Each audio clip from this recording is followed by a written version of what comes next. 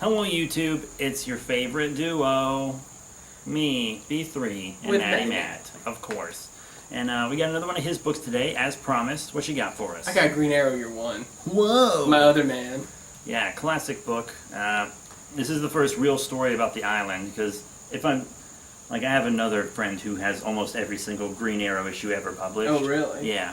And so I get most of my Green Arrow info from him, so I don't have to read it. And I think he told me this was the first thing that really gave us the lore of the island at all. I'm not surprised. In everything else I've read, it kind of skips over the fact that he was on the island and that some things happened, and then he became Green Arrow.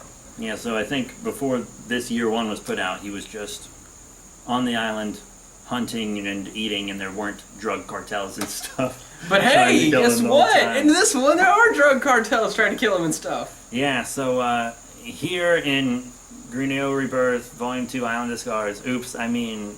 Year What? One. Did we just mistake this for a different one we've already talked about? Yeah, because we hadn't read this. Neither of us had read this when we reviewed Rebirth 2. Rebirth Volume 2, Green Arrow.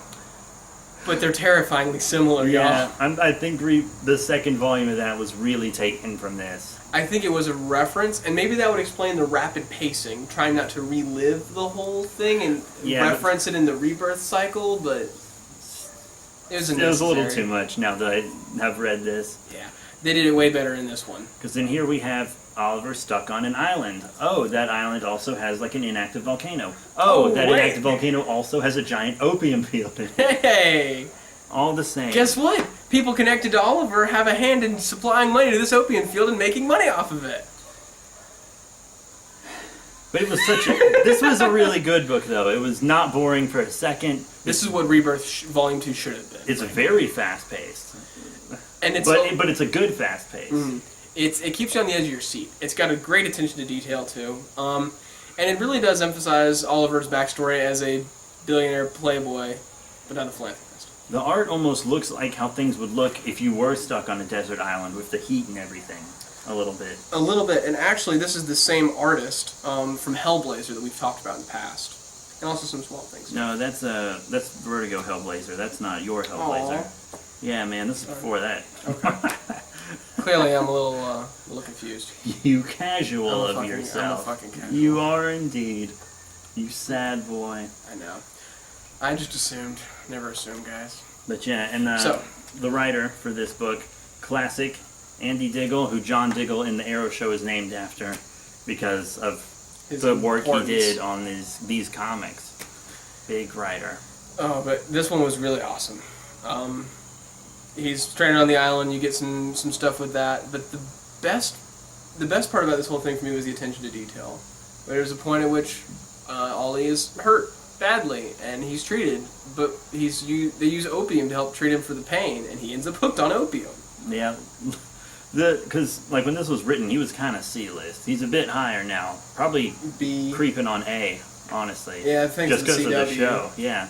But, I mean, he's usually been a C-list character. Mhm. And the thing with C-list characters is writers can do pretty much whatever they want to. And there's no repercussions because it doesn't have the mainstream attention. Like, if this was Batman stuck on an island, the person would be like, oh, I'm using opium and whatever. It would just, like, be over that. It would be like, oh, it explained the painkiller, now it's done. Yeah. But with Green Arrow, you can do that, and you can have He's his got sidekick hooked on withdrawals. heroin. You I can, love that that's a reference. I think that's maybe a reference to Speedy in the past being hooked on heroin. That was a run they did in the 80s. yeah, I remember that. Hal Jordan was like, hey, your sidekick's on heroin, dude. Yeah. He's like, what? My sidekick's a junkie? Yeah. Stupid comic, but I think maybe it's a reference. I don't know. I can hope. Maybe. I think it's just drugs Yeah, doing their thing. Yeah, fair. But it was a very good book. It was well done. I didn't want to take my eyes off it when I was reading it.